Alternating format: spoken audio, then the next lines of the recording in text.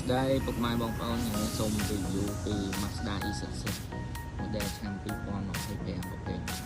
Full Option ថ្មីកាត់ស្រុកខ្មែរ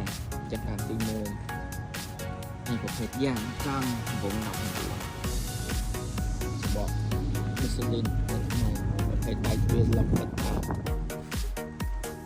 នៅកន្លែងសា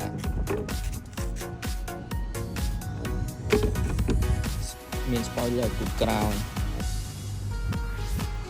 មើលគូតទំហំគូតប្រភេទគូតបិទបើកអូតូ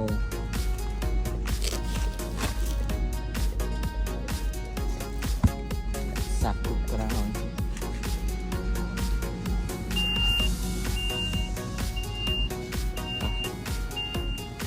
ចូលមើលទៅខាងក្នុងផ្នែកខាងក្រោយ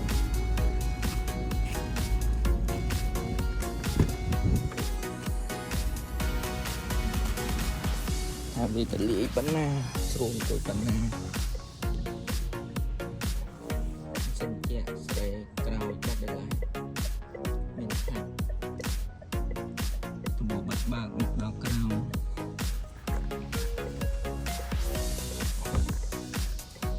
កន្លែងដាក់ដៃ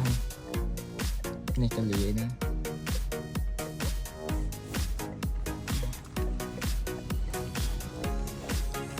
គឺនៅផ្នែកមុខ